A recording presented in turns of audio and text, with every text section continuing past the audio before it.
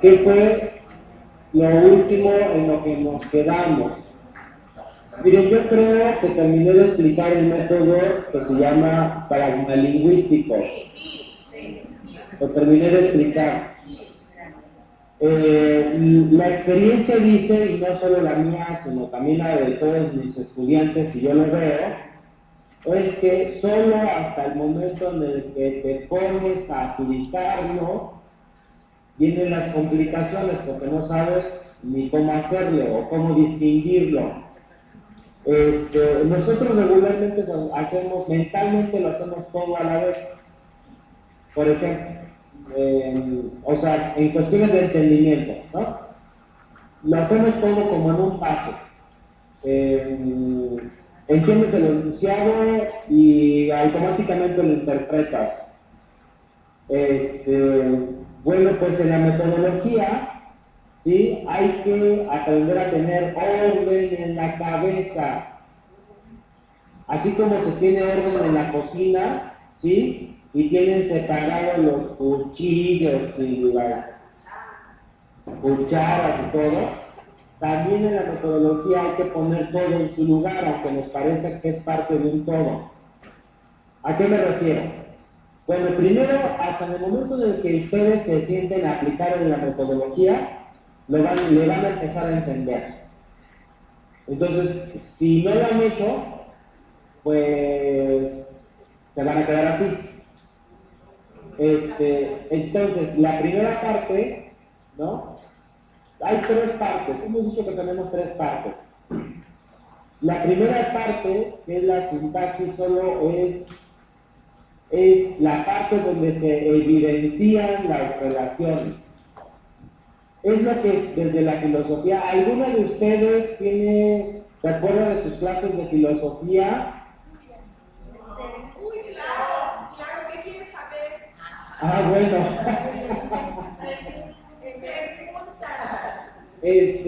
Bueno, ¿alguien ha estudiado algo sobre,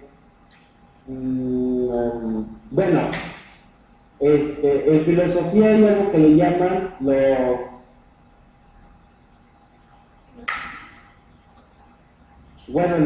los sintagmas. ¿Alguno de ustedes sabe algo sobre eso? ¿Los qué? Sintagmas.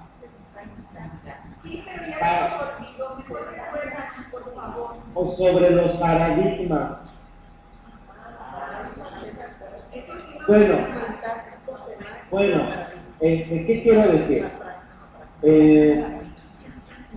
La primera parte, nada más para resumirlo y para darles otros detalles, es donde se evidencian las relaciones. Es lo que yo les decía, que había que fijarse como si fueran reporteras, como si estuvieran en un proceso de comunicación, preguntar quién, cómo, cuándo, dónde, por qué y para qué. En la primera parte de la sintaxis a ustedes les tiene que quedar muy claro de qué se está hablando, para qué se está hablando, quién lo está hablando y cómo lo está hablando, y todo ese tipo de preguntas. Así cuando preguntan ¿y quién y cómo lo dijo y para qué lo dijo y qué fue lo que te dijo? ¿No? Lo mismo tendrían que hacer con el texto. Seguramente que hay cosas que no saben, hay relaciones que no entienden, así como a la comadre le dicen, a ver, explícame, porque eso que me acabas de decir no lo entendí, ¿sí? Entonces en la segunda parte, en la parte de la semántica, ustedes van a buscar, y para eso necesitan de diccionarios.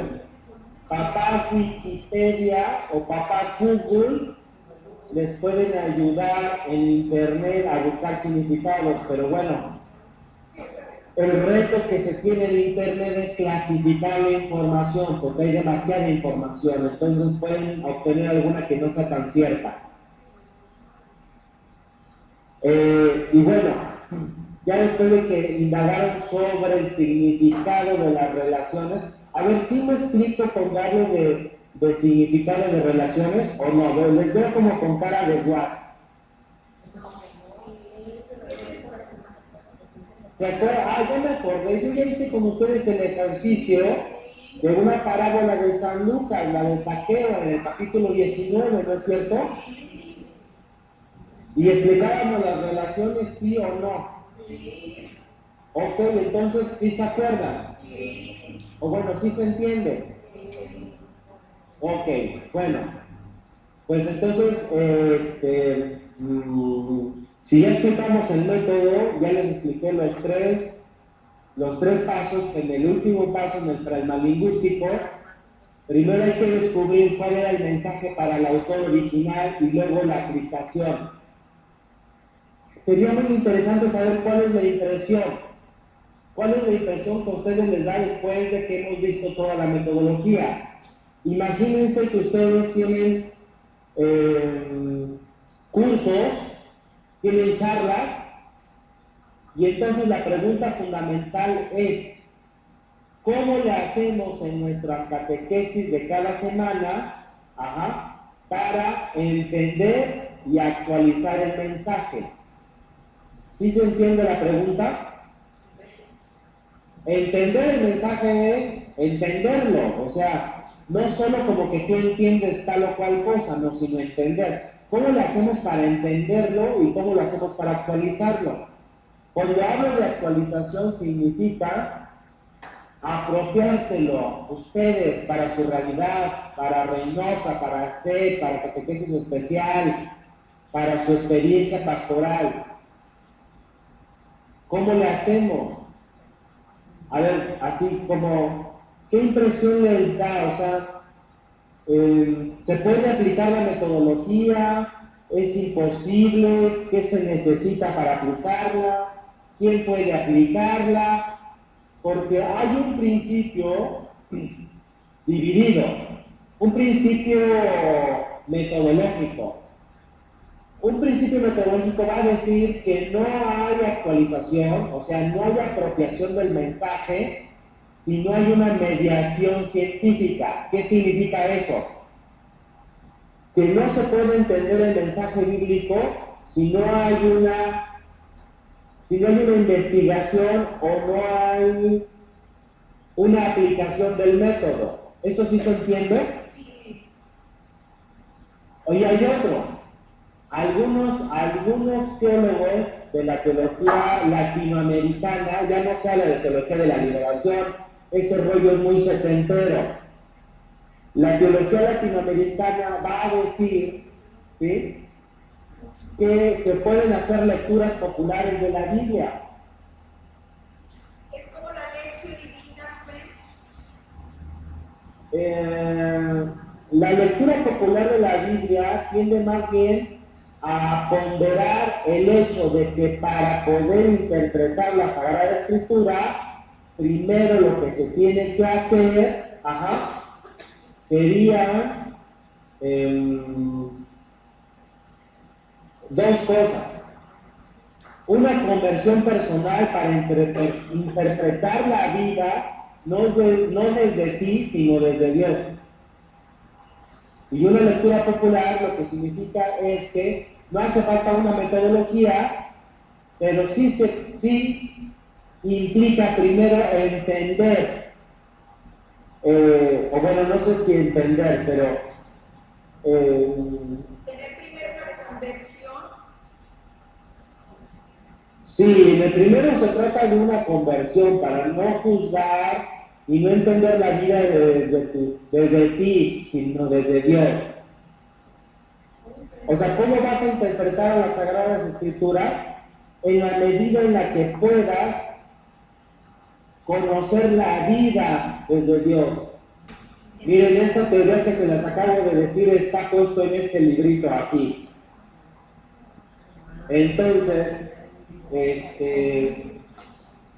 dice algo, después de leer como 80,000 páginas, ¿cómo debe concebirse la ciencia bíblica? Y la ciencia bíblica tiene que ver con el uso de la metodología. ¿Eso se entiende?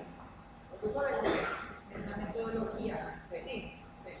¿Se entiende esa parte de la ciencia bíblica como metodología? Sí, Rubén, pero entonces eso significaría que las personas que no tienen acceso a enseñanzas como la que tú nos estás dando, de educación o de cultura elevado, pues no podrían comprender la Biblia. Exacto. Ese es un postulado, el primero, que dice, acuérdense ustedes que se trata de verlo desde su objetividad, que es lo que regularmente no hacemos. Entonces, acabas de explicar la dificultad fundamental que implica la metodología, que prácticamente esto lo pueden utilizar solo los que se dedican a la teología. ¿No es cierto? Sí. Ustedes mismas podrían hacerlo si se dedican a eso, pero uno entiende que no es su actividad principal. Entonces, para poderlo así, ustedes tendrían que estudiar teología y metodología bíblica, ¿no? Bueno, ya están estudiando metodología bíblica. Y somos bien avanzados. Entonces, el asunto está en que, déjenme, quiero encontrar la frase, como la frase natural. Bueno, lo que les estaba diciendo es que entonces, el postulado es que para poder hacer una lectura popular de la Biblia, lo primero que se tiene que hacer entonces es no hacer una interpretación de la Biblia, sino de la vida. Por ejemplo, ¿cómo llegar a interpretar adecuadamente pasajes como la viuda, ¿no?, que entrega todo, si uno no tiene una sensibilidad a la vida, porque puedes percibir lo que significa que una viuda entregue todo?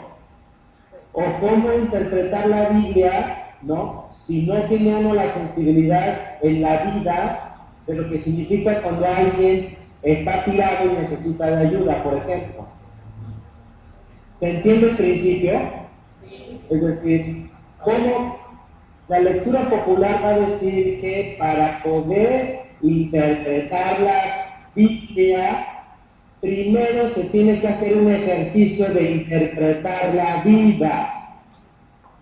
Ahora, no se les olvide que lo que está en cuestión es cómo lograr la objetividad, el mensaje.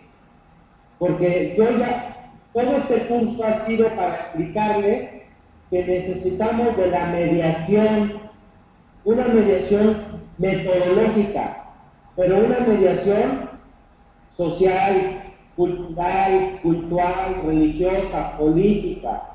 Por eso hay acercamientos a la Biblia desde diferentes ámbitos, desde las ciencias sociales, desde la antropología, desde la historia de la religión, ¿sí? Primeras comunidades. Todo esto son mediaciones históricas en general. Entonces son dos mediaciones muy interesantes.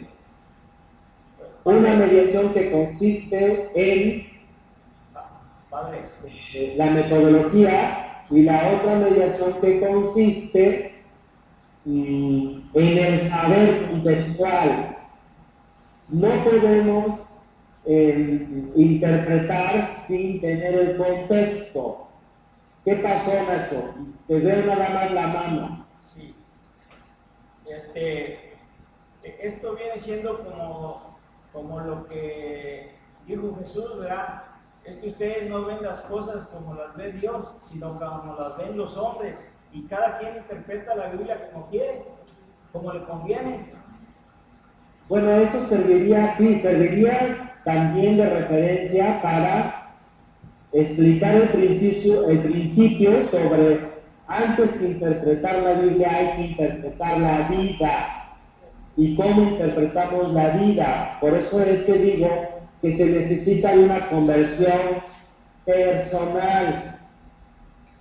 Porque si interpretamos la vida desde Dios y en nuestra relación con Dios atribuimos principios de rivalidad, de revancha, O lo contrario, ¿verdad? De reciprocidad y de ayuda, nuestra lectura va a ser muy distinta. ¿Sí? Es como, ¿cómo interpretas la vida? ¿Cómo interpretas la vida del otro? Y eso tiene que ver con nuestra imagen de Dios, ¿no? Este tipo de preguntas en contraste, ¿no? ¿Y qué va a hacer Dios con todos ellos que son unos desgraciados? ¿Y qué va a hacer Dios con todos ellos? ¿Qué diría? Pues una persona que no está convertida, una persona que no tiene una imagen de Dios sana desde la revelación, va a atribuir pensamientos de condenación. Se van a ir al infierno. Sí, exacto. ¿No? ¿Se dan cuenta? Entonces, obviamente, si tú leas la Biblia, vas a decir, ah, sí, claro. No, bueno, quién sabe por qué viene eso, pero no. Dios lo que va a hacer es que a todos los va a mandar al infierno. ¿No?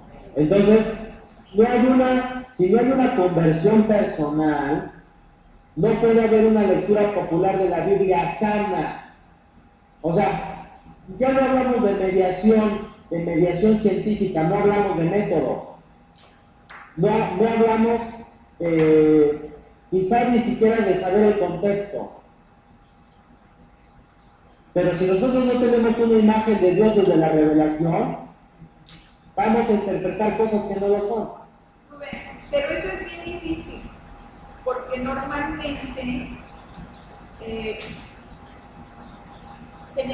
formamos un Dios a nuestra medida. O sea, cuando estamos en la lectura de la Biblia popular, tendemos a irnos por lo que dicen nuestros compañeros, amigos, etcétera, y sobre todo por lo que yo pienso. No es fácil tener una madurez religiosa. Ok, entonces te das una idea, hasta me voy a poner un papelito aquí para anotar, porque, ¿saben una cosa? Efectivamente, si tú te quedas con lo que los demás te dijeron y con la parte de la tradición, entonces no vas a llegar a lo natural del mensaje.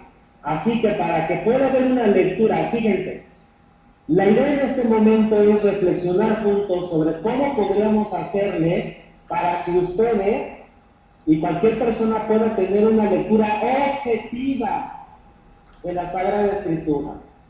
Y lo primero que estamos cayendo en cuenta es que nadie puede leer por ti el mensaje. Nadie puede digerírtelo. Tú tienes que leerlo. Tienes que escucharlo. Eso fue muy interesante. Padre, por eso cuando salió el libro ese de ¿cómo se llamaba? El Código da Vinci, por eso todo el mundo se puso a temblar, ¿verdad, Padre? Sí, por eso todo el mundo se puso a temblar con el Código da Vinci. Sin darte cuenta que nada más es una novela. Así es. Entonces, vean, hemos dicho tres cosas, pero la pregunta sería, ¿cómo podemos hacerle en nuestra catequesis ordinaria? ¿Cómo podemos catequizar también? No, esta es una pregunta de catequesis. Nuestro tema, porque eso se refiere a la metodología de cómo enseñar. Nuestro problema no está en el cómo enseñar. Bueno, no en este momento. Nuestro problema está en cómo entender el mensaje. ¿Sí se explica? Sí. Entonces, lo primero, si tenemos que pensar en una lectura popular, entiéndase, no de manera despectiva, sino contrario, diríamos, a una lectura científica. Pues, lo que haría una persona que está especializada en teología. Entonces, una lectura popular, ¿qué implica? Lo primero que decía, no recibir el mensaje de nadie, sino leerlo de manera personal. La pregunta es, ¿cuántos de ustedes se dan a la tarea de contrastar sus propias opiniones con las del Evangelio? Meditando el texto. No, ya sé que meditándolo, o sea, no pregunto cómo, sino quiénes de ustedes se han dado a la tarea de hacerlo. Pues de manera, yo creo que casi todos, padre, de manera como automática, o que siempre contrastas tu vida o tu experiencia personal con lo que estás leyendo. Bueno, padre, yo pienso lo contrario que Pato. Porque, por ejemplo, cuando vamos a misa el domingo y que se lee el Evangelio durante la homilía, lo que escuchamos es la interpretación del sacerdote. O sea, no hago yo una reflexión personal, yo lo que escucho es al sacerdote. Y a lo mejor el sacerdote tiene una parte que nos quiere compartir, pero a lo mejor yo me quedo con otra. O sea, es mi forma de pensar. Pero a lo mejor el sacerdote también está influenciado o tampoco tiene una metodología correcta, porque también esto sucede, que a veces las homilías que escuchamos no son de acuerdo a lo que ya hemos estado viendo. No, está bien, pero independientemente de eso, no quiere decir que no escuches al cura, sino lo que significa o lo que se quiere decir es que tú leas y tengas de primera mano el mensaje. O sea, puedes escuchar lo del sacerdote, pero entonces, para que tú tengas una interpretación más objetiva, implica que tú tengas una lectura comprensiva del Evangelio. O sea, a nadie se le exime de la responsabilidad de hacer una lectura personalizada de las Sagradas Escrituras. Por ejemplo, ¿cuántos de ustedes fueron en la misa en la mañana? Del Evangelio de San Juan, en el capítulo 17, casi al final de su vida, dice algo muy interesante.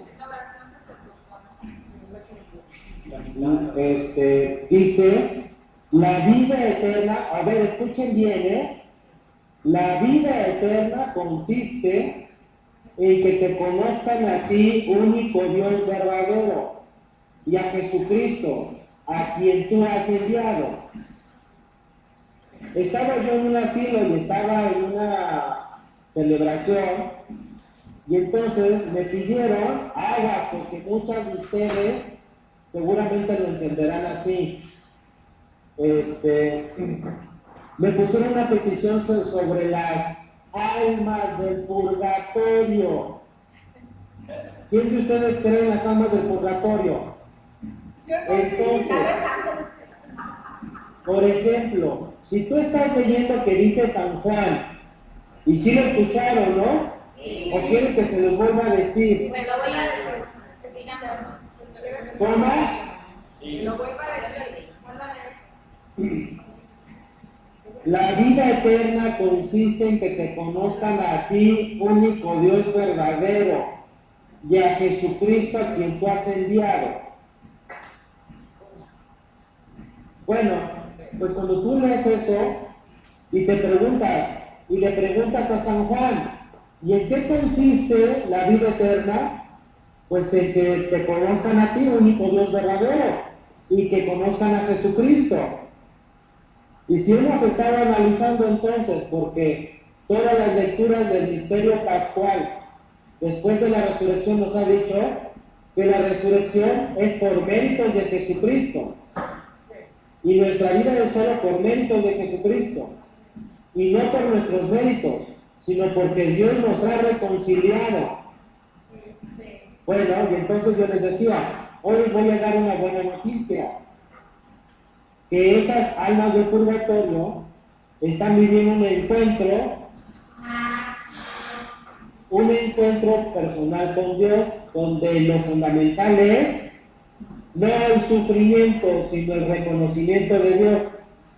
No faltó ni siquiera la monjita o algún viejito que atrás dijera así como no, nada más porque lo dice usted.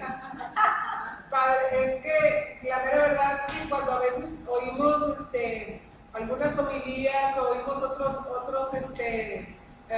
puntos de vista, recordamos lo que usted nos dice y decimos, ay Dios mío, mi vida, ¿cómo voy a conciliar esto? Como cuando te encuentras con Dios y dices tú, ay Dios mío, mi vida, ¿cómo concilio? ¿Cómo reconcilio? ¿Cómo comparto? ¿Cómo complemento la realidad de Dios con mi realidad? O sea, y a veces así nos pasa. Con lo que usted nos dice, a lo que nos dicen otras personas, estamos ahí en el patinadero, Padre. Sí. Por eso estamos diciendo que para poder hacer una lectura popular objetiva de la Biblia hay que interpretar la vida no desde nosotros, sino de manera convertida, o sea, desde una óptica desde Dios. Desde la bondad de Dios. Desde la sabiduría de Dios, exacto, ese es el principio. Si tú estás interpretando tu realidad y te gustaría pensar que todos los narcotraficantes son una bola de desgraciados que se van a ir al infierno, estás interpretando la vida desde tus deseos, no desde Dios, ni desde la justicia de Dios. ¿Se dan cuenta? Con la interpretación de este texto, Padre, entonces podemos entender lo de dónde estaban los que mueren. A ver, perdón, estaban recortados. Por esta interpretación podemos entender que ¿qué? Con este texto interpretar dónde están los que ya murieron. Bueno, ¿dónde están? No lo podemos imaginar, aunque no lo sabemos. ¿Dónde están con Dios? ¿En dónde? ¿Quién sabe? Exacto, con Pero Dios. ¿solo podría estar con Dios? Pues sí, porque ¿hay un lugar donde no esté Dios? No. ¿Te das cuenta? Sí. Entonces, pero lo que sí sabemos es que se trata de un encuentro, donde este encuentro tiene que ver con una relación de un tú a un tú. O sea, se trata del encuentro de la conciencia de mí mismo, de la conciencia de lo que yo soy, con Dios, delante de Dios. Es mi historia personal, mis acontecimientos, mi gracia, mi pecado delante de Dios. ¿Habría otro lugar? Pues no. ¿Se entiende? Sí. Entonces, lo que se interpreta de la lectura de ahora es que en qué consiste la vida eterna, en que te conozcan a ti. O sea, eso significa primero que digámoslo así, una vida ordinaria de una persona que está en la vida eterna, ¿cómo pasa el día? ¿Cómo pasa el día de una persona en la vida eterna? Feliz, porque a lo mejor ni hay día. ¿Cómo? Feliz, o a lo mejor ni hay día. O A sea, lo que yo me refiero no hay día, claro, noche. claro, ya sabemos que eso del tiempo es relativo, ni siquiera existe. El tiempo es creado por nosotros. El tiempo para Aristóteles, un filósofo del siglo III antes de Jesús, el tiempo era solo antigüedad, ¿no? Pero, ¿cómo pasa el día una persona que vive en la vida eterna? Que lo que diría San Juan es que vive en el encuentro con Dios, conociéndolo. Bueno, eso es lo que nos imaginamos, porque nadie ha ido y ha regresado para contárnoslo. Eso es lo que Eso es lo que dice el Evangelio. No, a ver, esto es revelación, esto es lo que dice San Juan. San Juan, o sea, San Juan dice que la característica propia de la vida eterna es conocer a Dios. ¿Sí se ve? Sí. Entonces ya pueden ir descartando la idea de que las personas que ya murieron, ¿no? Se están preocupando por ustedes, están muy mal, están llorando porque ustedes les está yendo muy mal, porque se están preocupando de lo que a ustedes más les preocupa. O sea, no, las personas que ya vivieron el encuentro lo que les sostiene y lo que les mantiene es una relación con Dios. Y hasta les pedimos que nos ayuden con Dios, porque como ellos ya están en su presencia, pues que nos echen Pues una sí. manita a nosotros. Oye, Rubén, pero sí se siente su presencia y vienen y nos ayudan. Deja, no nos quites como Santo Claus todo. Es que no. Quítenos todo lo que no debemos de cargar, por favor. Bueno, a ver, yo no he dicho lo contrario. Estamos viendo la característica de lo que significa el encuentro. Y el encuentro está marcado por una relación. O sea, significa, ¿cuál es la actividad, por decirlo así, la experiencia fundamental de la vida eterna? Una relación de conocimiento, y no conocimiento mutuo. Dios ya nos conoce. Nosotros somos los que estamos conociendo a Dios. ¿Sí? Sí, pero Hasta ahí. hasta ahí. Ya lo he comentado en algún otro momento que como aún todavía no hay juicio porque no hay segunda venida de nuestro Señor Jesucristo, los que ya murieron y nosotros pertenecemos al mismo plano. Todos estamos en espera de la vida eterna. Pero entonces, si la vida eterna es conocer a Dios, nosotros de alguna manera podemos empezar con la vida eterna porque lo estamos tratando de conocer. Bueno, ahí hay dos pensamientos, son de tipo escatológico. Uno donde piensa que el cielo, el purgatorio y el infierno ya están desde nuestra vida terrenal, y otra donde se piensa que todas esas categorías solo pueden existir después de nuestra muerte física. Vale, pero entonces, ¿qué, por ejemplo, ahorita, ¿qué estamos haciendo? ¿Tratando de conocer a Dios o tratando ¿cómo se diría esto que estamos haciendo nosotros? Seguir el camino. No, o sea, lo que dice el Evangelio no quiere decir que nosotros no podemos conocer a Dios ahora, sino lo que está definiendo es que en la vida eterna la relación fundamental tiene que ver de Dios con el hombre. Tenemos imaginaciones de la vida eterna del reino de Dios como, lo voy a decir de manera popular, ¿no? Voy a ir, me voy a encontrar, vamos a vivir a gusto, voy a estar en relación con todos mis familiares. Lo que dice el evangelista es que no habrá relaciones familiares. No quiere decir que te vas a encontrar allá con tu mamá, con tu papá, con tu hermano, con tu hijo, con tu hija. No, porque ahí no vamos a tener parentesco. El único parentesco que vamos a tener es la de ser hijos, todos. Y vamos a tener una relación todos de hijos delante del Padre. Porque la relación que nos va a mantener y la que nos va a llevar a plenitud es solo la de Dios Padre. ¿Se explica? Nosotros tenemos imaginaciones muy deseables, como decir, ¿cómo te imaginas que vas a estar a gusto en el reino de los cielos? ¿Cómo te lo imaginas? Algunos de ustedes van a decir, bueno, pues encontrarme con mi familia, con los seres más queridos, con aquellos que quiero. Bueno, pues no. O sea, el reino de los cielos tiene una distinción y eso significa relación delante de Dios, porque no hay otra relación más necesaria que la de Dios. Por eso diríamos que las personas que ya murieron no están preocupadas de nadie, porque tienen una relación con Dios que les basta, y esta relación les lleva a la plenitud. Por eso, primero, de rogar por ellos para que Dios les perdone, bueno, ya se la acabó. Pues sí. ¿Te dan cuenta? Desde siempre ya sí, pero como todos dicen, es que mi abuelita así nos enseñó que tenemos que pedir por las ánimas y al sexo le están pidiéndole por eso estamos diciendo que ustedes ahora, casi al finalizar este curso, están el tiempo para darnos cuenta que para hacer una lectura objetiva tienes que leer el texto con tus propios ojos, para que no sea tu abuelita quien te transmita el mensaje. Sí. No le digas a tu abuelita. Pero no, ya tengo. ¿Sabes qué?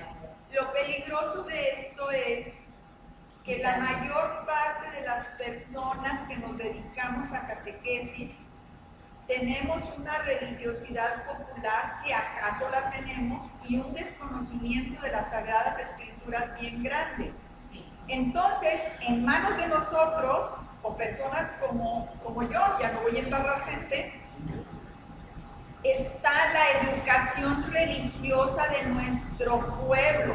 Por eso realmente somos tan fácil presa de las sectas y tan fácil presa de que la gente se vaya de nuestra iglesia, porque no le estamos dando a la educación religiosa el lugar que se corresponde. Al menos es lo que yo creo. Estoy totalmente de acuerdo. Entonces, ustedes, que ya tomaron conciencia, que ya tomaron un curso de metodología, que están catequizados desde hace como 4 o 5 años, en el momento en el que tengan su charla, ¿qué es lo que no puede dejar de estar? ¿Qué es lo que no se puede dejar de dar? ¿Qué es lo que no puedes omitir?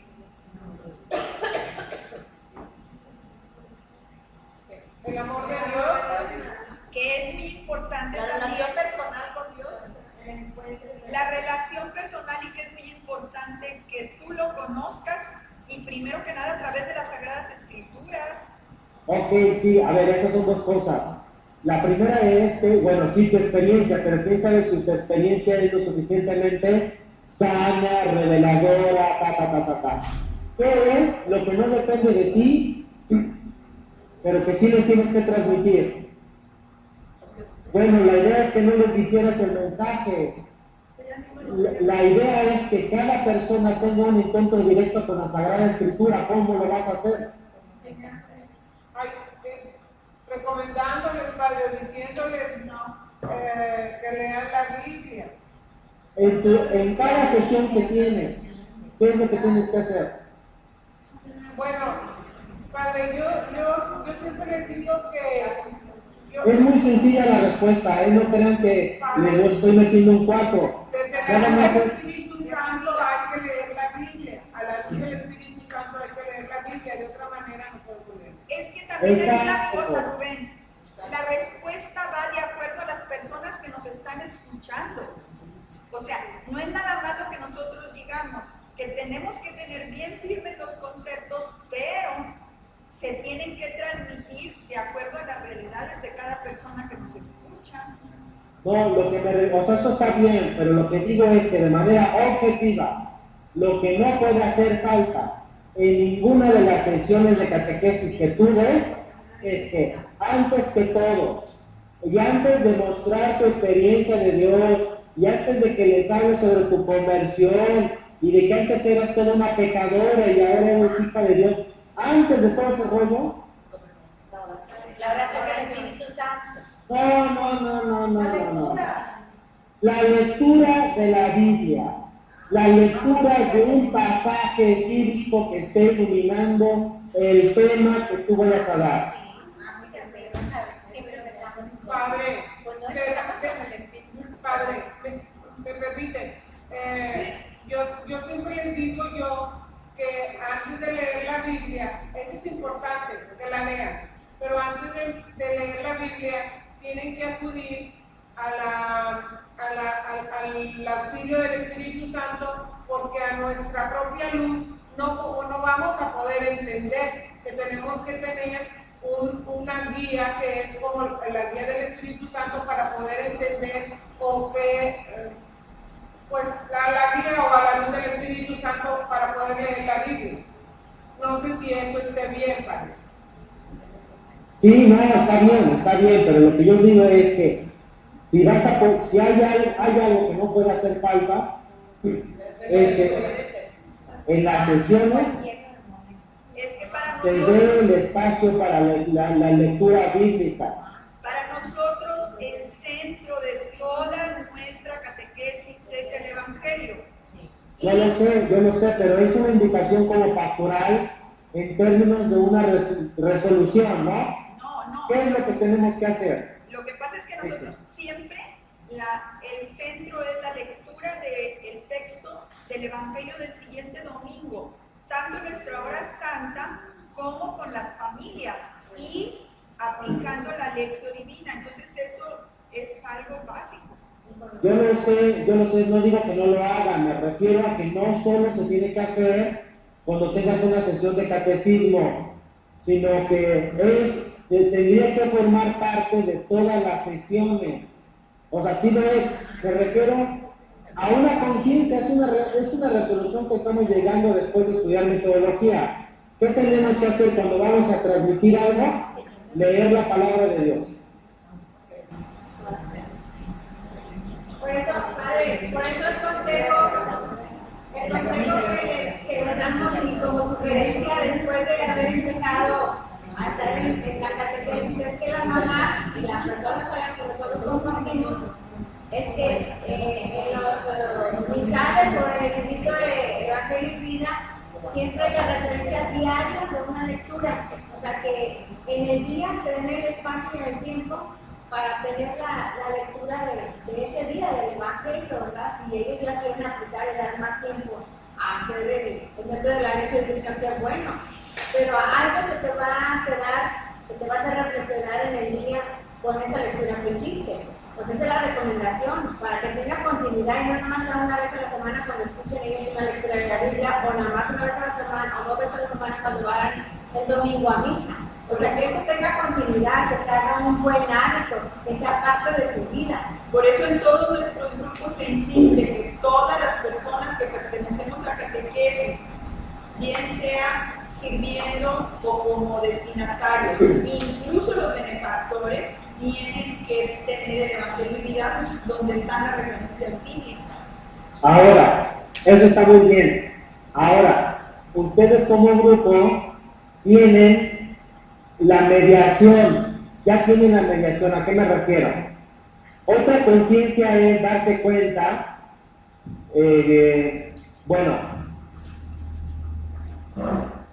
sí tienes que leer la Sagrada Escritura cada vez que vas a dar un tema. Y bueno, la tienes que preparar. Ustedes ya saben que lo tienen que preparar porque seguramente se dan cuenta que hay cosas que no entienden bien. Entonces, aquí viene la parte de la mediación. La lección divina que se les da a ustedes, en el primero y en el segundo paso, viene la mediación metodológica. Ahí se explican los por qué, para qué, cómo, quién, cómo, y dónde y cuándo. En la escucha y en la meditación es lo que a ustedes les puede ayudar para entender el texto de manera contextual. La parte de la oración es una resolución personal, igual los compromisos. Entonces, ustedes como grupo sí tienen la mediación de explicarles el texto de manera contextual. ¿Sí se entiende eso? Sí. Por eso, padre, si se fija en el Word que se manda, no solamente la presentación, ahora con el Word, que es un respaldo a esa información del texto, amplía tu información para poder ser más explícita en esos versículos que te están mandando.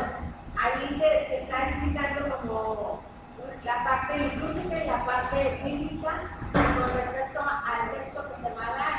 Y se especifica un poquito a detalle cada versículo para que tú tengas un poquito más, un vocabulario más amplio para hacerlo más entendible, con palabras más sencillas, y luego ya cuando empiezas a hacer la meditación, aterrizas un poco a lo que es la vida diaria, cómo aplicarlo, ¿verdad? Por ejemplo, como que en el texto de este domingo que fue de la Ascensión, ¿sí? Entonces, ¿dónde estás tú? ¿Qué estás haciendo? O sea, esa misión la estás cumpliendo, estás obedeciendo, es un mandato, no es una vez si quieres, a ver si puedes, aterrizándolo ya, pero hay una información que se está enviando a todos por igual, o sea que tenemos que estudiarla primero, no nomás poner la presentación y ir leyendo el versículo, no tiene ningún chiste porque te quedas igual. Pues eso es una resolución que va junto con pegado, o sea, ustedes ya se dan cuenta que tienen que leer, meditar, que tienen que estudiar la lección divina para que puedan dar un mensaje.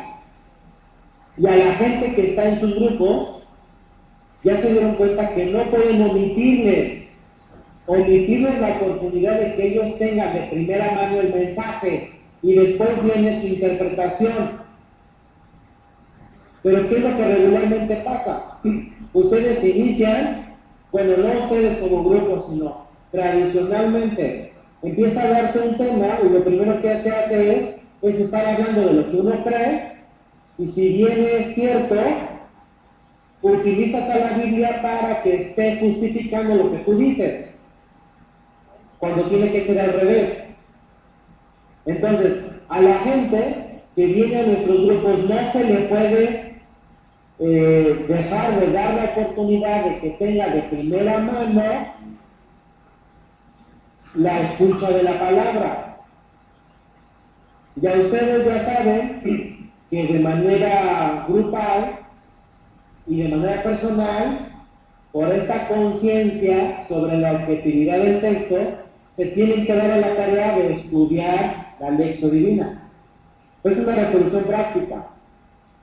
Nada de lo que está escrito en un texto, ninguna palabra es paja, o sea, todo tiene un porqué y un para qué, y un cómo y un cuándo, ¿sí?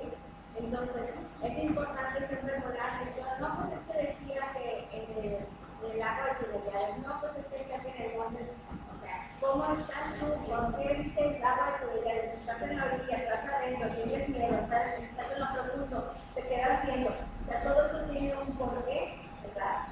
Igual, o sea, el lugar tiene un significado.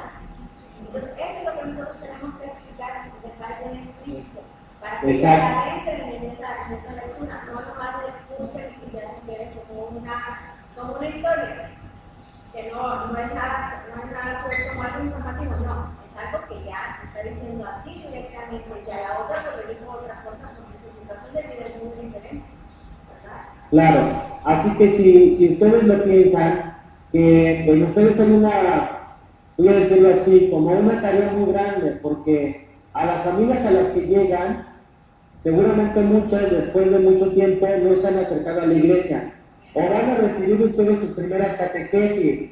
En ustedes está el educar fielmente a la revelación, o van a seguir educando de manera tradicional, como sus abuelitas. Ya es un compromiso y una responsabilidad, porque lo que tú estás marcando va a ser como que dice la primera palabra ya de entendimiento sobre un texto bíblico, porque a lo mejor muchas de ellas ni siquiera iban a misa, ni siquiera tienen los sacramentos. Muchas de ellas ni saben leer ni escribir. O sea, claro. aquí nos debe quedar bien claro, debemos enseñar como que es la primera vez y de esa primera vez, y la primera impresión que dice la mejor impresión de un texto y dejar huella para que tengan esa sed, ese hambre de volver y a escuchar y que les explique. O sea, todo es importante, ¿verdad? Es un compromiso nuestro y una gran responsabilidad. Pero es que solamente se logra con el conocimiento, con lo que cambiará la vida. No puedes explicar bien si tú no lo conoces, si tú no lo sabes, si tú no lo has meditado. Y esto es bien importante, porque muchas veces no le tomamos la importancia de vida a las personas a quienes les va dirigido, y a la mera hora queremos leer, por ejemplo, el PowerPoint o el Word, o estar improvisando. No podemos improvisar. La fe de otras personas quizá dependa de nuestro mensaje. Entonces, realmente es bien importante. ¿Por qué? Porque a nosotros pensamos, al fin y al cabo como quiera, incluso de los niños especiales. O sea, la fe de esas personas depende de mi transmisión, de cómo lo estoy transmitiendo, de mi conocimiento, de qué tan congruente soy, de que si yo voy a misa, no nada más los domingos, sino frecuentemente, si yo no falto a la Eucaristía, si hago el sacramento de la penitencia, etcétera, ¿verdad? ¿Por qué? Porque no puedes hablar de lo que no conoces, no puedes hablar de oración si no la haces. Y aparte, si no vamos a seguir enseñando con novenas, con estampitas, con piedad, con religiosidad popular, sin purificarla. Entonces esto es bien importante. Es bien importante el que los conocimientos que estamos recibiendo los vayamos a compartir a nuestros compañeros y a las personas que tenemos en nuestro cuidado, por decirlo de alguna manera, en las sesiones y a nuestras casas. Pero sabes que, Rubén, que a veces los conocimientos que tenemos nos los guardamos. Pensamos que no somos las personas correctas para transmitirlos. Y esto es bien, bien peligroso. Porque como dice el Papa en el Evangelio Gaudium, tenemos que empezar ya a transmitir los conocimientos que tenemos, que la alegría del Evangelio, porque si no, nos estamos guardando esos conocimientos y no estamos evangelizando. Y el evangelizar es un mandato, no es una opción. Sí, dos cositas. Que incluso, por ejemplo, antes que conocer, ¿no? O sea, no solo conocer, sino, voy a insistir un poco, si ahorita te doy la palabra. Más que conocer, a que esto es muy importante y lo que he hecho en todo el curso, por decirlo así, es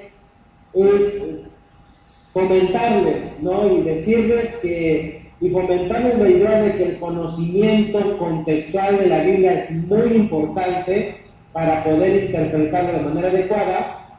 Ahora voy a poner el acento de que también es muy importante la conversión personal, la imagen de Dios que tengamos y cómo interpretamos la vida. Las dos cosas van a ser fundamentales, porque quien escribió la Sagrada Escritura hizo un ejercicio de interpretar la vida delante de Dios. O sea, lo que tenemos como testimonio ahí en las Sagradas Escrituras no es un ejercicio de discursos teológicos, es el testimonio de personas que interpretaron de manera sabia la presencia de Dios en la vida.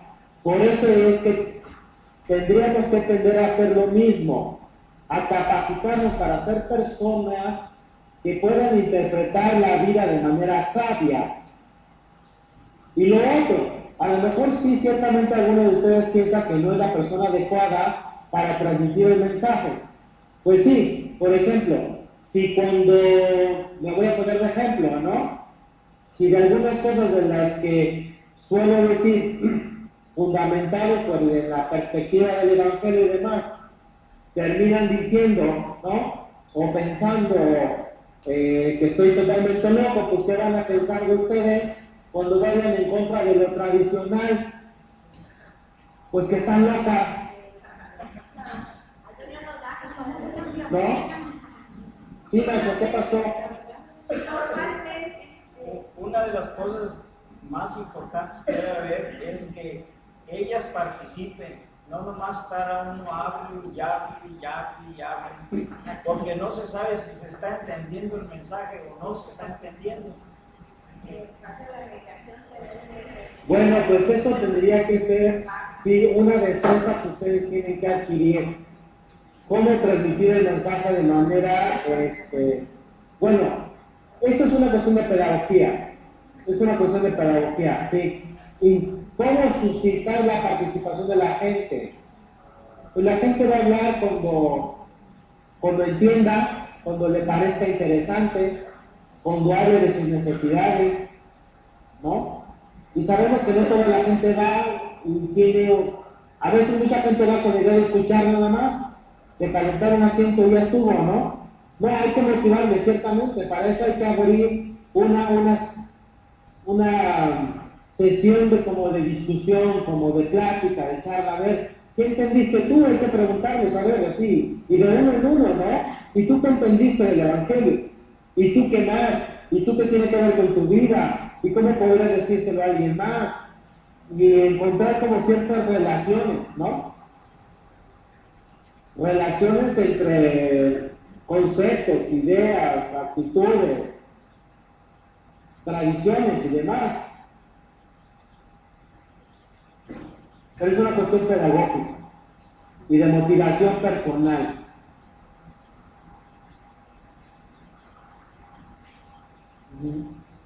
Pues sí, pero tenemos nosotros que motivar a los demás, pero no podemos motivarnos si nosotros no estamos haciendo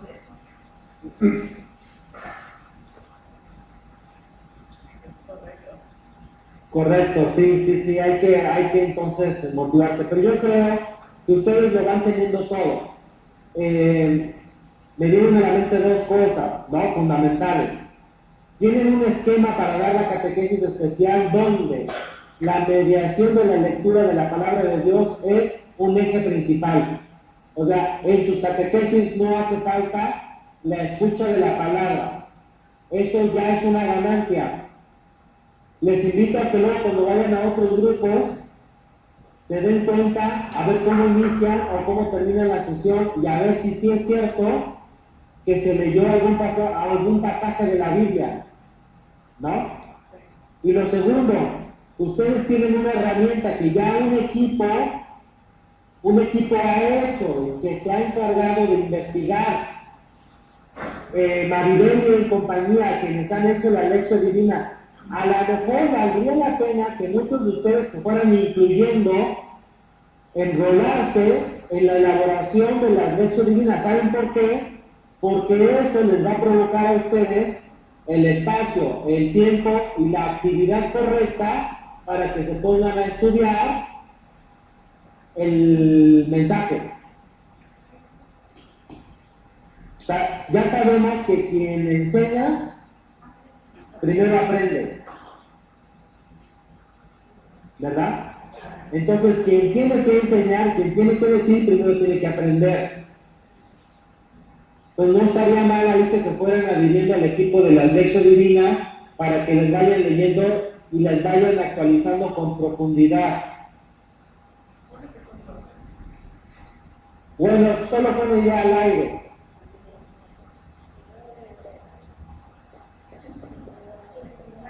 Muy bien, ¿alguno de ustedes tiene algún comentario acerca de esto que estamos viendo?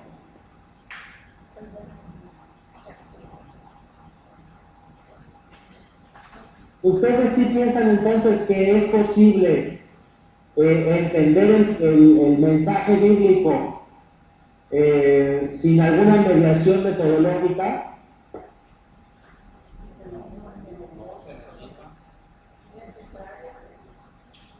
Parece que es necesaria.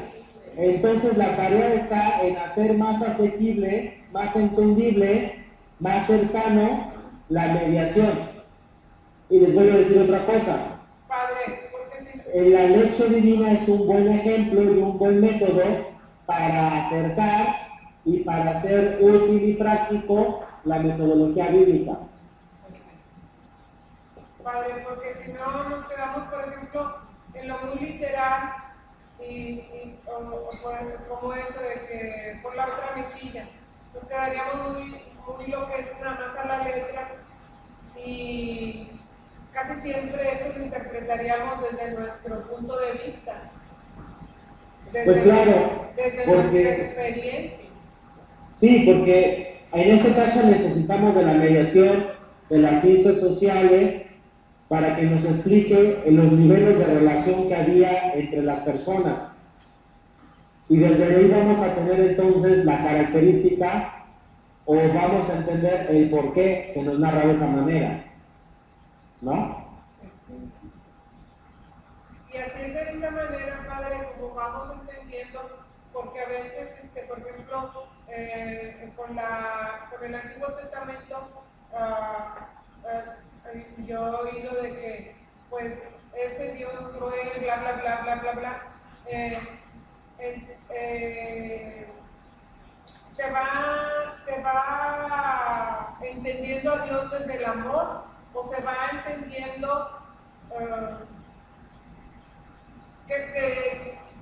que Dios no es malintencionado, que no es malvado, que no te quiere destruir, que ni te quiere castigar, ni todo ese tipo de cosas.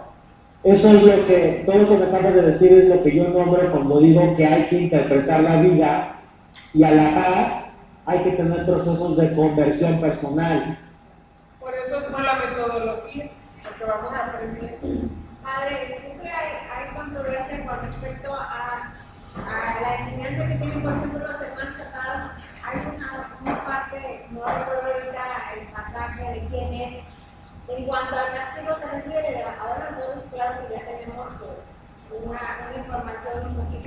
más profunda sobre ese Dios maravilloso y no un Dios castigador, porque ellos como que manipulan mucho la palabra con respecto al castigo. Entonces ellos dicen que lo que hicieron mal, tú, es hasta la quinta generación. O sea, yo sé que ahora Jesús dice que cada quien es responsable de sus propios errores, no es por los padres o por los abuelos, etc. Entonces, esa forma de pensar que se queda muy en el Antiguo Testamento en cuanto al castigo hasta la quinta generación, con respecto a lo que ahora nosotros conocemos de Jesús y de ese amor maravilloso, de esa enseñanza de un amor misericordioso del Padre, cómo contrarrestar esta idea, que aunque a mí me queda claro, porque ya conozco un poquito a ese Dios amoroso que Jesús enseña, no solamente porque no todos los evangelios te lo remarca, y San Pablo también, pero un texto, un versículo en específico para contrarrestar eso de que hasta la quinta generación vas a ser castigado, o sea, tú y tu familia, por lo que hayas hecho mal contra los pecados o ofensas. Pues tienes toda la literatura que nos habla desde la Pasión y toda la de San Pablo, donde dice que por un solo hombre, ¿no?, entró el pecado, por un solo hombre entró la gracia, y que somos reconciliados en Cristo Jesús. O sea, pues no es hasta la quinta generación, o sea, somos reconciliados en Cristo. O sea, todo ese tipo de pensamientos nos indican aquella lectura de San Juan de que ¿quién fue el que pecó? Él y sus padres. Pues ni él ni sus padres, eso es muy revelador, ¿no? Ahora, el problema con las iglesias protestantes, y me refiero a las iglesias protestantes serias, sobre todo, por ejemplo, a los luteranos, a los calvinistas o a los presbiterianos, es que tienen una falla. La falla consiste en que proclaman a Cristo universal de salvación, y esto es cierto, pero entonces ellos dicen que ya no es necesario convertirse porque ya tenemos la salvación de parte de Dios. Esta es la falla fundamental. Donde también, bueno, ¿se entiende esto o no? Sí, o sea, para nosotros también Cristo es principio de libertad de salvación, sí. Pero para nosotros la salvación solo está ofrecida. ¿Cristo nos ha reconciliado? Sí. ¿Ha perdonado todos nuestros pecados? Sí. ¿A través de su muerte y su resurrección? Sí. ¿Pero su vida está dada por la vida de todos? Sí. Pero la salvación está ofrecida. Eso significa que nosotros necesitamos querer salvarnos. Y como dice el dicho, que no nace un mártir de un día para otro, un mártir. Lo mismo, no hay conversiones de un día para otro. O sea, regularmente se llega a decir, ay, pues qué fácil, me arrepiento y ya. No, el problema es que te arrepientes. Estás tan acostumbrada a decir que no, que quizás en el momento más importante de tu vida, digas que no. ¿Sí se explica? Sí. Entonces, la falla entre los luteranos, calvinistas, presbiterianos, es que ellos dicen que ya no es necesaria la conversión porque la salvación ya está dada.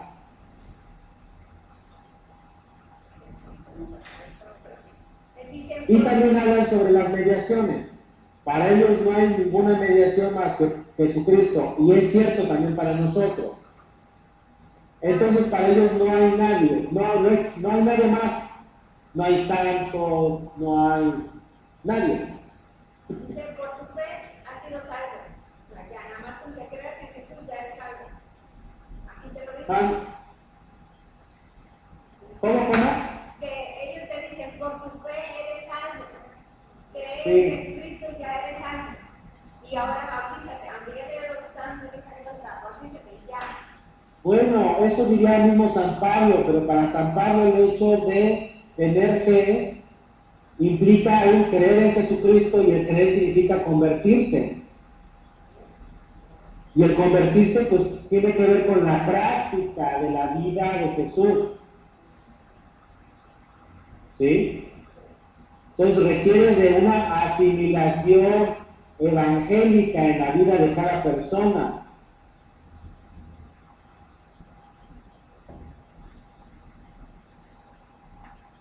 Ese es el detalle.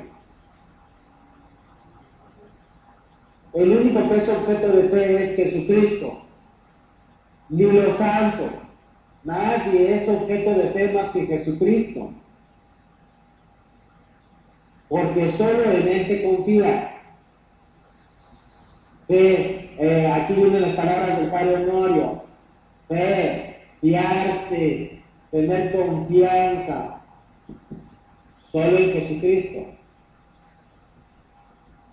El único objeto de fe es Dios. Entonces no les tenemos fe, popularmente decimos le tengo fe. Le tienes fe a tu carro porque no te deja parar, o le tienes fe a una persona, pero no. O sea, el hecho de abandonarte y de cumplir y de obedecer lo que se te ordena, porque eso es para tu salvación, solo se aplica a Dios. ¿Sí? Bueno, pues entonces, ¿qué tal? ¿Con qué se quedan? ¿Cómo vieron? Prácticamente hemos llegado al final de esta práctica metodológica.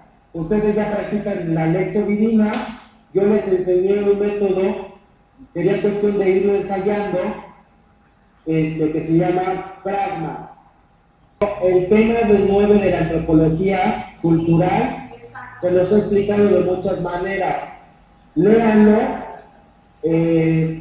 la reflexión, incluso hace un momento se las llegué a explicar, es cómo entendemos el contexto de la Sagrada Escritura. Pues, por ejemplo, desde la antropología cultural se nos explican los niveles de relaciones entre las personas.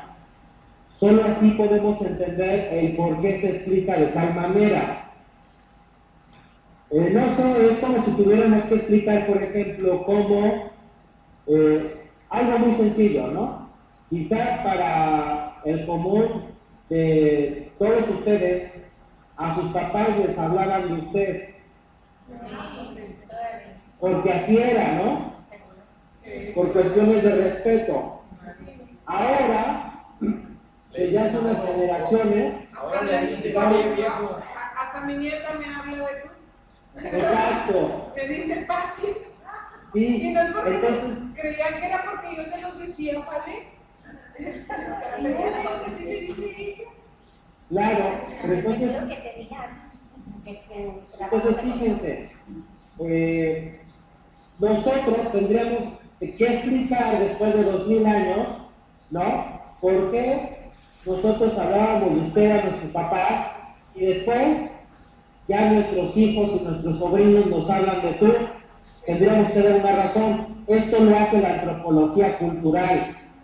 Entonces está claro que para poder entender el nivel de relaciones, como el nivel de sociedad, la sociología, las relaciones con el Estado, la política, las relaciones con el culto o los rituales cultuales, el nivel de relaciones o el proceso de la religión, historia de la religión. Todos estos son acercamientos que nos van a explicar el por qué se expresaba así o por qué se decía así, porque todo tiene una razón social, ¿no? La antropología cultural entonces nos habla de las relaciones entre las personas. Por eso desde allí entendemos por qué dicen la mayoría que Abba posee una palabra que significa papito, y que es muy inusual el hecho de que una persona se refiriera a Dios Yahvé como papito, porque a Dios obviamente no se le hablaba de papito, a Dios se le llamaba a Yahvé Sabaoth, al Dios de los ejércitos, o el Dios todopoderoso. Padre, Sí. es un poquito del por qué nosotros le hablábamos de usted a nuestros papás. La Sí. cercanía era de superior a inferior. Claro. Y ahora ya es ya un poquito ya más de convivencia, de amor, Ok. de vernos a Entonces, los ojos, no de sí. vernos para arriba y de vernos para abajo. Ok. De un subalterno o de un superior a un subalterno. Sí. ¿Qué pasó? Lo que pasa es que aparentemente nosotros decimos, es que antes era así, pero de esto de Jesús viene más de 2000 años. O sea, siempre la gente se quedó con el Todopoderoso, nunca buscó el Todo Amoroso. Claro. O sea, no es nomás decir, no, es que mi abuelita, mi mamá, apenas estamos hablando de 150 o 130 o 100 años. Sí, claro. Pero todo esto viene desde hace más de 2000 años. Lo que pasa es que nadie se había metido a analizar esas escrituras, a hacer la comprensión hacia la gente, lo que ahora debemos de hacer nosotros con la gente. Sí, por eso todo esto que están diciendo son explicaciones que se entienden desde una antropología cultural. ¿Sí? Por eso, ustedes no solo tienen que leer el catecismo, antes incluso que el catecismo, necesitan leer mucha información sobre antropología cultural, antropología social, contexto histórico, historia de las religiones, historia de las primeras comunidades. Todo este bagaje va a ayudar para entender. Y eso es a lo que se le llama acercamiento por la antropología cultural. Ustedes, fíjense, esto es muy importante, ustedes podrían empezar a hacer acercamiento al Evangelio desde una cultura de las personas con capacidades diferentes. Sería muy interesante que ustedes fueran haciendo sus reflexiones, sus actualizaciones desde una persona que tiene capacidades diferentes. Y luego sacan un libro. A ver. Bueno, otro libro después de los tantos que ya tienen. No, pues nada más que requerimos asesoría, guía, apoyo, etcétera. Tú nos explicas y pues entre todos lo hacemos. Miren, eso es como, ¿qué tendríamos que hacer para que lo vayan haciendo? ¿Qué tendrían que hacer? Pues, miren, por ejemplo, estoy estudiando una maestría en filosofía y comunicación. Y no me lo van a creer, pero tengo una compañera que va en silla de ruedas, no puede moverse más que las manitas, habla y piensa muy bien, pero tiene parálisis cerebral. Estudió en la Universidad Iberoamericana Comunicación y es mi única compañera en la maestría de filosofía y comunicación. Y yo estoy aprendiendo mucho porque ella hace su relectura desde las personas con capacidades diferentes. Y tiene parálisis cerebral. A mí me ha dejado así como impresionado. ¿Por qué no las reclutas para catequesis especial vicentina, Rubén? ¿Cómo para qué? ¿Por qué no las reclutas para catequesis especial vicentina que nos apoye? Imagínate qué padre sería que ella perteneciera a nuestro grupo. Bueno, sí, pero todavía no sé ni dónde vive y tengo un semestre con ella y además trabaja en Hacienda. ¿Estás de correcto? Trabaja en Hacienda, en el departamento pues de comunicación. Ella lleva las redes sociales de no sé qué departamento. Algo que se llama acceso libre. También. Por eso te digo, no te des lento, inmediatamente, invítala. Entonces, lo que yo he notado es que, ¿qué podrían hacer ustedes? Padre, Bueno, ¿qué pasó? es muy diferente su punto de vista de ella al de nosotros. Es más, ¿por qué lo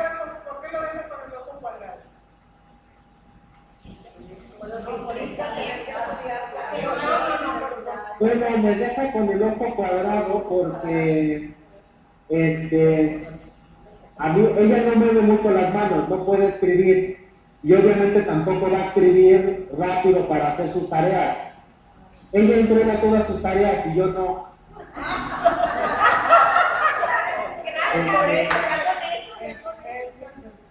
Además, bueno, yo leo todo, ella también, pero sí, en verdad, llegó un día, hubo una clase, y bueno, yo tenía más de 8 años que no estudiaba filosofía, yo la estudié hace 8 años, y ella tiene un poquito menos, pero había unas lecturas muy difíciles, muy postmodernas. Llegó la maestra preguntando que cómo nos había ido y entonces le empecé a decir yo, no, esas lecturas estaban horribles, no le entendí nada, qué es eso del hipertexto y la actualización, no sé qué. Y le preguntó a ella, que se llama Brenda, y Brenda le dijo, están padrísimas las lecturas. Entonces, imagínense ustedes. Todo el Señor sacerdote diciendo eso. Por eso, nada más que hay una cosa. Para poder hablar de Dios necesitamos estar con Él y estar en ese contexto. Nosotros no podemos hablar como si tuviéramos discapacidad porque no la tenemos. Trabajamos con personas. No, ustedes, claro que no. A eso es a lo que iba. A ver. Me refiero a que las personas que puedan dar su interpretación desde ellas mismas, pues que ustedes lo pongan por escrito. O sea, habrán niños o niñas que les...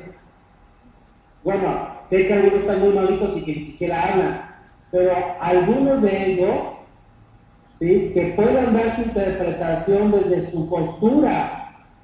A veces son detalles muy significativos. Por ejemplo, un día estábamos hablando, les voy a poner desde el hecho como de contemplar y ver, ¿no?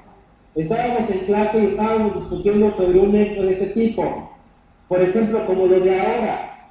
Yo les veo a ustedes, pero lo que yo estoy viendo no es ustedes, sino es una representación de ustedes que están ahí. Y tanto es así que, por ejemplo, cuando se va la imagen, a veces les veo entrecortado. Y de repente nada más les veo con la manita así y así se quedan. Esto no son ustedes, pero... Y entonces ella, de repente, platicando, dice, por ejemplo, un día yo tuve una experiencia de poder contemplar la vida estando parada, porque me pusieron en una silla donde me proporcionaba la oportunidad de poderme parar. Y entonces me di cuenta lo que significaba hablarle a las personas de frente. Eso a mí me pareció sensacional, casi me pongo a chillar ahí. ¿Se dan cuenta? Porque se está diciendo que el nivel de relaciones que ella tiene siempre es de abajo hacia arriba. Y entonces poderte decir que en ese momento en el que puedo experimentar algo, como solamente ponerse de pie, y eso es algo muy usual entre nosotros, me pareció grandioso. Nada más hay una diferencia, Rubén. En parálisis cerebral hay diferentes tipos. Y hay Claro, yo lo sé. No, Me refiero a que quien tenga la oportunidad para hacerlo, sería muy interesante cualquiera ir rescatando ese tipo de sensibilidades. Claro, nada más que quiero decir, los de parálisis cerebral, hay algunas personas que gracias a Dios pueden tener, hablan y además que tienen íntegro su intelecto. Y nosotros, un 90 y tantos % de las personas con las cuales convivimos y trabajamos, por decir de alguna manera, tienen situaciones de discapacidad intelectual. Yo lo sé. Sería interesante ver cómo ellos ven esta situación. Es muchísimo más fácil, y esta es una inquietud que yo tuve desde antes de que Erika hiciera el libro de las meditaciones sola, de que las mamás participaran, porque de alguna manera ellas tienen esa sensibilidad de tener hijos de diferentes discapacidades. Entonces sería bien interesante ver porque siempre nos proyectamos cuando hablamos, cuando escribimos, etcétera. Nos estamos proyectando con nuestra propia vida. Sí, eso sería muy interesante tener, por ejemplo, una relectura del Evangelio según los papás con hijos con capacidades diferentes. Claro. Yo Sí, hice una práctica hace algunos años en la parroquia de la medalla milagrosa, precisamente. Cuando yo estaba dando el taller, que tengo sus meditaciones, pero fueron muy pocas realmente. Pero sí sería bien interesante eso, porque podemos nosotros también ir valorando qué tanto están comprendiendo lo que nosotros estamos tratando de impartir. Yo me imagino, claro. ¿Verdad? Y respecto a los niños también sería muy interesante porque dentro de ellos tienen muy buenas pintadas. La verdad, por ejemplo, el padre Rafa el sábado, esto lo quiero compartir, fuimos a Camargo a dar una participación de catequesis especial y a invitar al decanato de Santa Ana, que son 3 ciudades cercanas, a que tuvieran catequesis especial.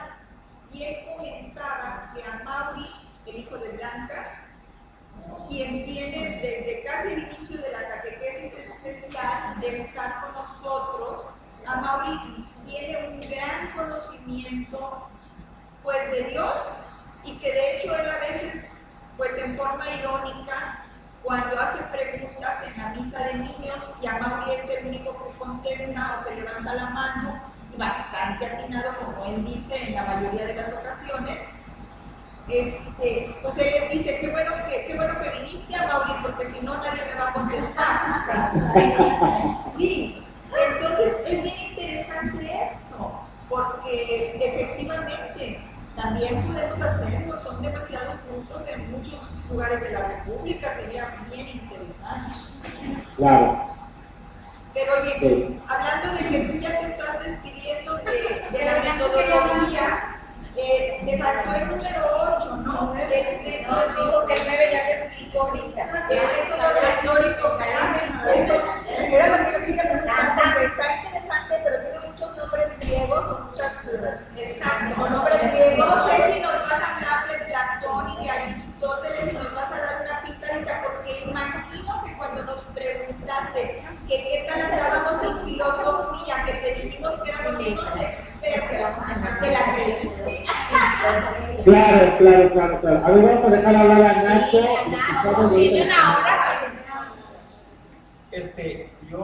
Yo lo que pienso de las personas con discapacidad, cada vez nos dejan más maravilladas muchas personas de cómo se han superado. Claro, con la ayuda de los que supuestamente están muy fuertes, pero nosotros tenemos muchas discapacidades.